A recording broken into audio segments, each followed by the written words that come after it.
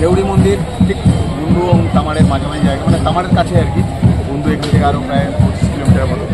সেখানে পুরনো মন্দির, বহু পুরনো, প্রায় 700 বছরের পুরনো মন্দির। এটা রাজারা জঙ্গল ঘেরা ছিল এই জায়গাটা।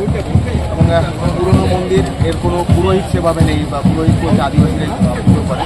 মাত্র কয়েকটা দিনের জন্য দুর্গা পুজোতে ভালো পুজো হয় এখানে। দুর্গা পূজা বেশ ফেমাস। দুর্গারই আরেক গ্রুপ এটা, সেখানে এসেছি আমরা। দেউড়ির এই মন্দিরটি একটি, এই পাথরগুলো যে পাথর দিয়ে যে করা আছে, এই পাথরগুলো পুরো মানে কোনোরকম কোনো সিমেন্ট বা কিচ্ছু ব্যবহার করা হয়নি, শুধু পাথরগুলো দিয়ে তৈরি করা হয়েছে মন্দিরটি। 700 বছরের পুরনো মন্দির। বিভিন্ন রকম বিশ্বাস এই মন্দিরের উপরে জড়িয়ে রয়েছে। বলা হয় যে রাজা তখনকার দিনে 1300 শতাব্দীতে রাজা হেরে ফিরছিলেন, তারপর দেবী স্বপ্ন দেন এবং দেবীর পুজো করার পরে তিনি আবার রাজত্ব ফিরে পান। তাই এই মন্দিরের সাথে বহু কিছু। এই মুহূর্তে দেউড়ি মন্দিরে আছে আমি। দেউড়ি মন্দির বিখ্যাত হচ্ছে, এখানে ফোনি আসতো, তার জন্য এটা বেশি বিখ্যাত হয়েছে। 700 বছরের পুরনো মন্দির। क्या नाम है आपका? देउड़ी मंदिर का मुख्य पुजारी नरसिंह पंडा। अच्छा, थोड़ा सा मंदिर का हिस्ट्री बताइए ना। यह मंदिर मेरे पूर्वज का है, जिस समय राजा का स्टेट था। हाँ, उसी समय से यह खोजा मेरा दादा का खोज का चीज है, चमरू पंडा का। उतना दिन से हम लोग पूजा करते आ रहे हैं। घनघोर जंगल था। हाँ, यह घनघोर जंगल था, उसी समय से हम लोग पूजा करते आ रहे हैं। यहाँ पर, यहाँ जंगल था, यहाँ का मंदिर को कटवाया गया। जंगल कटवाने के बाद यहाँ पर देख रहे हैं कि भव्य मंदिर है। मंदिर उसी समय से हम लोग पूजा करते आ रहे हैं। उतना दिन से माँ सोलहभुजी माँ दुर्गा है। ये माँ दुर्गा का एक रूप है। ये माँ दुर्गा का एक रूप है। ये 16 भुजा माँ दुर्गा है। अच्छा। इनका नाम रुद्र प्रताप चंडी है। रुद्र प्रताप चंडी। रुद्र प्रताप चंडी। किस दिन के सबसे ज्यादा भीड़ होता है यहाँ पे? यहाँ पर सब दिन भीड़ होती है, लेकिन दुर्गा पूजा में असंख्य भीड़ होती है। अष्टमी से परिवार से लेके 10वीं एकादशी तक भीड़ असंख्य रहती है। बहुत भीड़ होती है। बहुत भीड़। कोई मेला उला लगता है कि? यहाँ दुर्गा पूजा में मेला लगता है।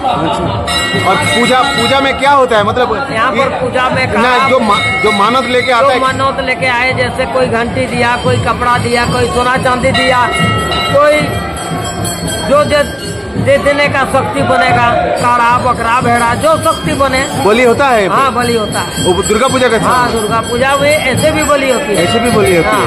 अच्छा, कोई भोग दिया जाता है? भोग यहाँ पर आपको 12 बजे भोग लगती है। मंगलवार को खीर, और बाद दूसरे को खीर, बाद बाकी दिन खिचड़ी बनती है। खिचड़ी का भोग लगती है 12 बजे। उसके बाद 12 बजे के बाद भोग वितरण होता है। अच्छा, भोग वितरण होता है 12 बजे के बाद? हाँ, सब। मतलब आपका दिन भर किस टाइम पे खुला रहता है? दिन भर खुला रहती है। 12 बजे एक बार भोग लगाने समय बंद होती है, उसके बाद फिर खुला रहती है। या आप 7 बजे रात को आरती हो गई, उसके बाद बंद होती है। बंद होती है।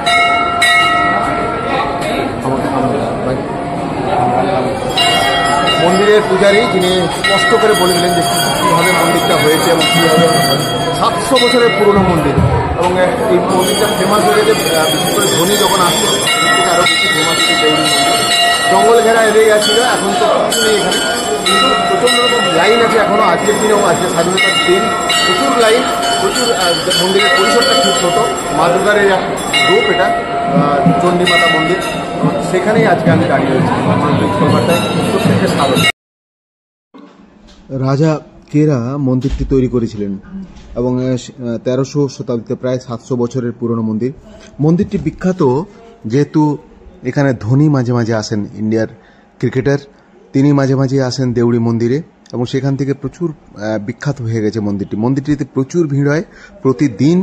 এবং যেভাবে এখানকার প্রধান পুরোহিত বলছিলেন যে দুর্গাপুজোর সময় সবচেয়ে বেশি ভিড় হয়। দুর্গারই আরেকটা রূপ হচ্ছে এই দেউড়ি মাতার মন্দির।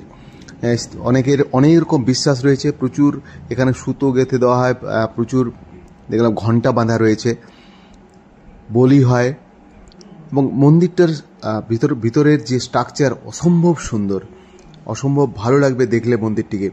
এবং এত ভিড়, এখানকার পুরোহিতরা বেশ বলছিলেন যে পুজো তো নিত্য পুজো তো হয়ই। এই ভিক্ষা মাগের নতুন স্টাইল এদের, এখানে পুরো বাজনা বাজিয়ে বাজিয়ে বাজিয়ে বাজিয়ে ভিক্ষা নেয় সবাই এবং বেশ ভালো দেখতে পাচ্ছেন। এই ঢোল ধামসা নিয়ে বসেছে আদিবাসীরা এখানকার। এবং এটা অ্যাকচুয়ালি রাজাদের আমল থেকে নাকি এভাবেই বাজানো হতো এবং সেভাবেই চলছে আর কি। পুরো পাশে কিছু ভিখারি বসে রয়েছে এখানে।